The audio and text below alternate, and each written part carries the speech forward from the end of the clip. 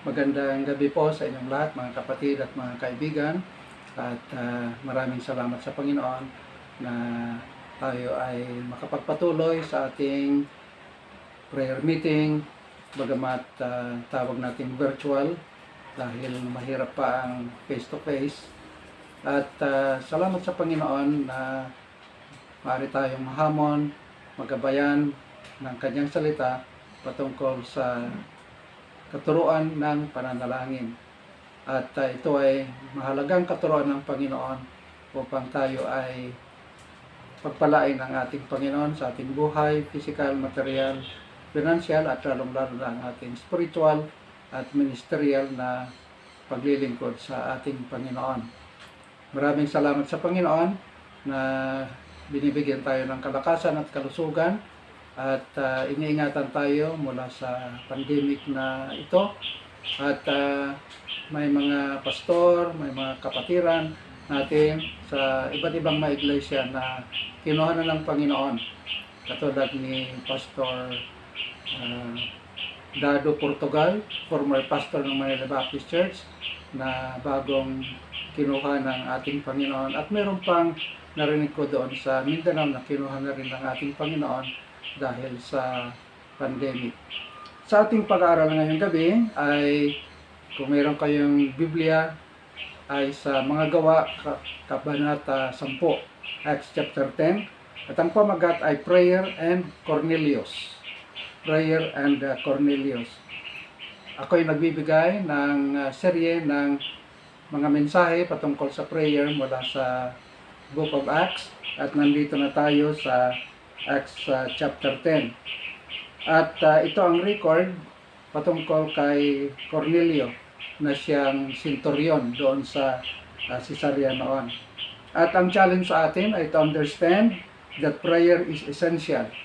So let us always resort to prayer and our lives will be saturated, supposed to be, by prayer. Si Cornelio ay isang tao na nanalangin sa ating Panginoon. Bagamat isang bagay patungkol sa kanya ay hindi pa tunay na mananampalataya, ngunit siya ay halimbawa na sinasagot ng Panginoon ang panalangin ng isang hindi mananampalataya, lalo na kung ang kanyang panalangin ay mayroong influensya ng salita ng Panginoon sa kanyang buhay. 4 na bagay ang ating pag-aaralan ngayong gabi sa Acts chapter 10. Una, residence of Cornelius. His residence. Ang kanyang tirahan. Dito sa chapter 10 verse 1, aking babasahin. At may isang lalaki nga sa Caesarea na nagngangalang Cornelio, centurion ng pulutong na tinatawag na pulutong Italiano o Italian band. Ito ay sa Caesarea. Ang Caesarea ito po ay Caesarea sa Palestina o sa Israel. Hindi po yung Caesarea Philippi sa Galilea na doon nagbigay si Apostol Pedro ng napakahalagang confession patungkol sa ating Panginoon. Ang tanong ng Panginoon doon ay, sino ako sa inyo? At ang sagot ni Apostol Pedro ay, you are the Christ, the Son of the living God. Ito ay sa Caesarea Philippi sa Galilee. Ngunit dito, lugar ng centurion ay Caesarea sa Palestina o sa Israel. Ito ay siyudad sa Mediterranean shore between Egypt and Tyre or Syrophoenicia noon. Merong highway noon mula sa Tyre, Syrophoenicia, ngayon Lebanon, hanggang doon sa Egypt at sa bandang gitna ay ang siyudad ng Caesarea. Ang Caesarea noon ay mga 100 kilometers northeast o northwest, ng Jerusalem. Kaya 100 kilometers malayo din. At ito ay ginawa ni Herod the Great about 10 BC at kanyang ibinigay na pangalan Caesarea in honor of Caesar Augustus na siyang emperor ng Roma noong panahong yon. Ang Caesarea ay Roman capital of Judea. Kaya doon ang tirahan ng gobernador na katulad ni Poncio Pilato. At doon din ang sentro ng mga sundalo. Maraming sundalo doon. At ang mga sundalo ay sinusugod sa bawat bayan ng Israel noon mula sa Caesarea. Ang isang bagay dito mga kapatid ay yung prinsipyo na merong bahay o tirahan. Napakaganda na merong bahay ang bawat isa sapagkat napakahirap kung wala kang tunay na tirahan, di ba? At pangalawa sa ating pag-aaral ay his rank. Ano ang kanyang ranggo? Ano ang kanyang posisyon? Dito sa verse 1 muli, centurion ng pulutong na tinatawag na pulutong Italiano. So his rank is centurion. Meron akong tinawag na estudyante sa klasiko. Nagturo ako ng matagal na panahon ng Old Testament survey at saka New Testament survey sa BBC. Ay tinanong ko, what is meant by centurion or who is a centurion? At merong nagtaas ng kamay, tinawag ko, sabi niya, sir, a centurion is one who reaches 100 years of his age. Sabi ko, merong konting kaugnayan, pero hindi eksakto, sabi ko. Ang sinasabi mo ay centenarian. Ngunit ito ay centurion. Ang centurion, basically, ay commander ng 100 sundalo. Pero dito, merong dalawang kaisipan patungkol kay Cornelio na centurion. Unang kaisipan ay yung basic na meaning na a centurion is one who is in command of 100 soldiers. Kung yon ay 100 soldiers ang nasa ilalim niya na inuutusan niya na magbantay, maggwardya at upang makamit ang peace and order doon sa Israel. Ngunit mayroong isang kaisipan na commander of 1,000 soldiers. Kasi ang binanggit dito ay centurion sa pulutong tinatawag na pulutong Italiano. At ang mga scholars ay nagsasabi na ang Italian band ay ibig sabihin ay cohort. At ang cohort ay nagkakaroon ng 1,000 soldiers. Mas malaki ito kaysa legion. Ang legion ay umaabot ng 400 to 600 soldiers ang isang legion. Pero ang Italian band ay umaabot ng 1,000. At maraming mga scholars na nagsasabi na si Cornelio ay hindi commander ng 100 soldiers, kundi umabot ng 1,000 soldiers. Especially na ang Caesarea noon ay ang capital ng Roma sa Judea at nandoon ang governor, nandoon ang military band. Kaya maganda ito na idea. Ngunit isang bagay patungkol sa spiritual ay ang gamit ang kagayakan ng isang sundalo sa Roma.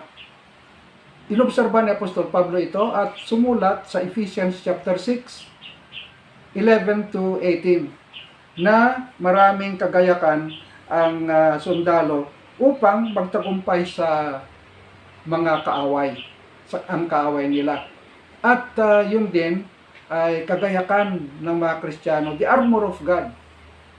Roman armor sa mga sundalo, ngunit sa atin ay the Christian armor, which is the armor of God. Na merong helmet, merong breastplate, merong shield, merong sword, merong belt, merong sandals. Yun, upang tayo ay magtagumpay kung merong tukso na darating sa ating buhay o panlilin lang ng kaaway. Pangatlo sa ating pag-aaral, at dito medyo mahaba-haba konti, ay the reputation. Nakita na natin ang residence, ang rank, at saka reputation. Ano ang kasaysayan? Ano ang pangalan? Ano ang reputasyon na isinulat sa Biblia ni Dr. Luke? Dito po sa verse 2. Isang taong masipag sa kabanalan at matatakutin sa Diyos siya at ang buong sambahayan at naglimos ng marami sa mga tao at laging nananalangin sa kanya. Merong maraming bahagi ito ng kanyang reputasyon. Una, sa English ay devout man. At ang ibig sabihin simply ay true, sincere, loyal, faithful. Ibig sabihin siya ay tapat sa kanyang pamilya, tapat sa kanyang mga sundalo, tapat sa paghahari ng Romanon sa buong mundo, at tapat din sa kanyang inadapt na relihiyon na Kristyanismo. Hindi lang Judaism, kundi Kristyanismo ang may influensya sa kanya. Merong mga nagturo sa kanya na mga Hudyo, na mga mananampalataya, at ipinakilala ang Diyos ng Israel, pinakilala ang salita ng Panginoon sa kanya, at pinakilala ang ating Panginoong Jesucristo sa kanya na tagapagligtas. Sa Tagalog ay masipag sa kabanalan o devoted.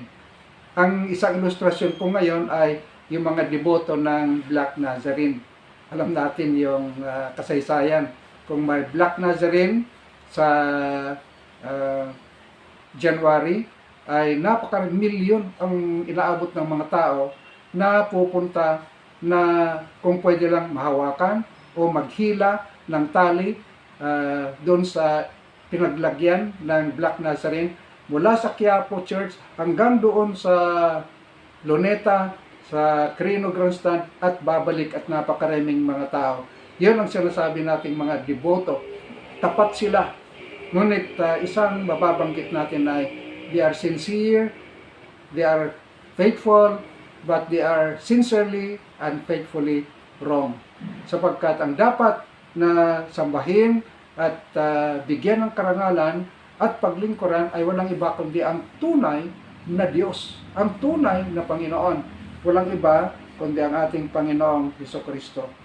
Ang pangalawa na makikita natin sa kanyang reputasyon sa verse 2 ay may takot sa Panginoon.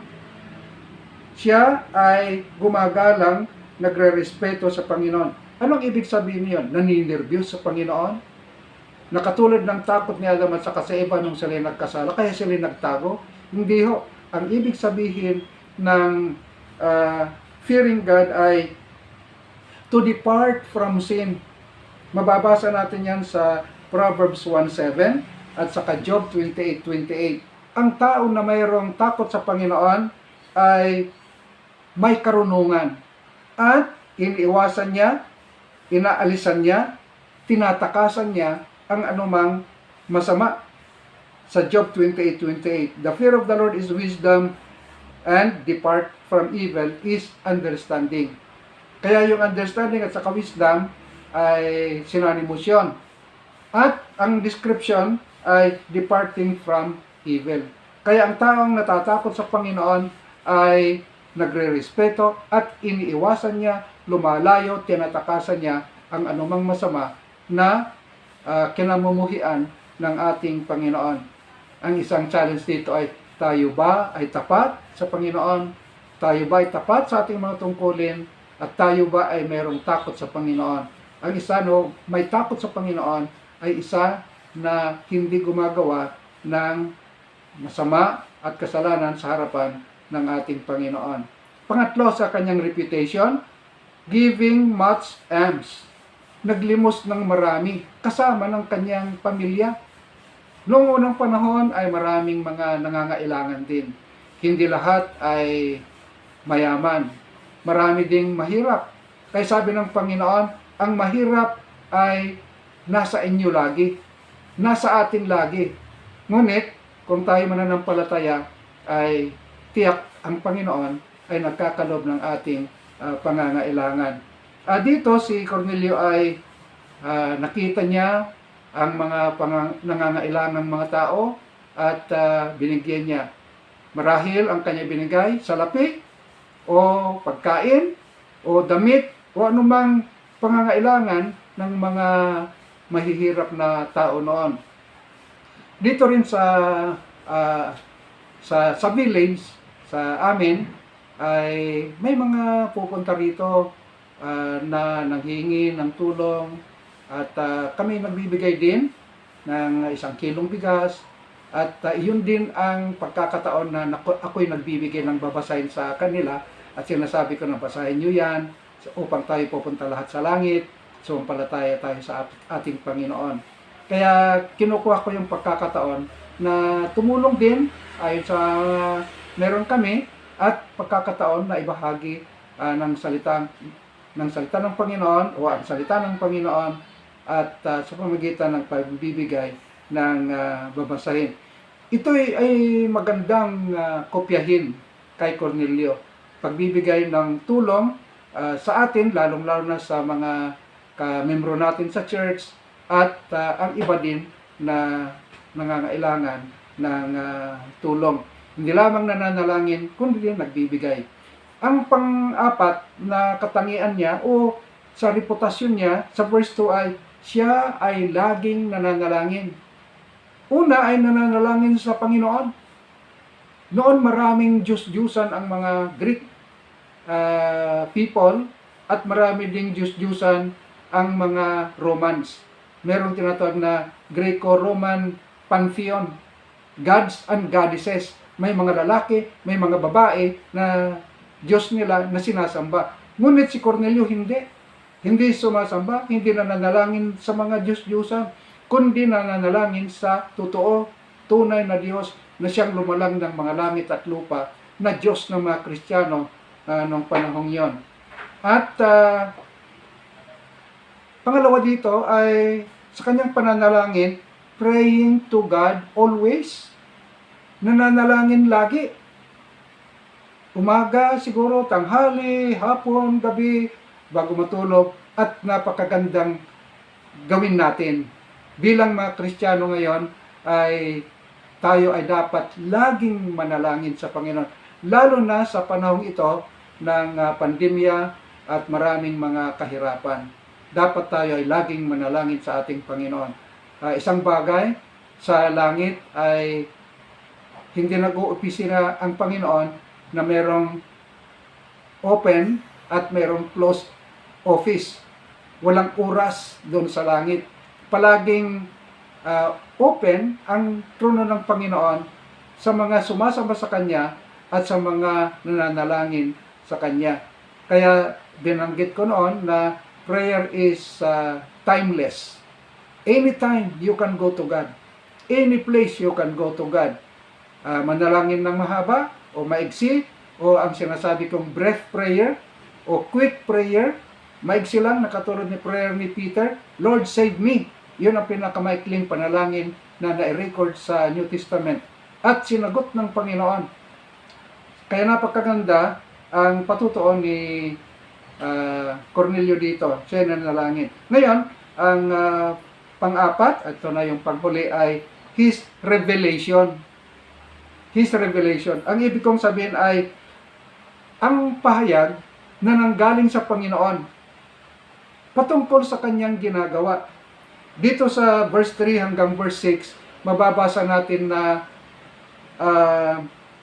alas 9 or the 9th hour ay nagpakita ang anghel sa kanya, may pangitain.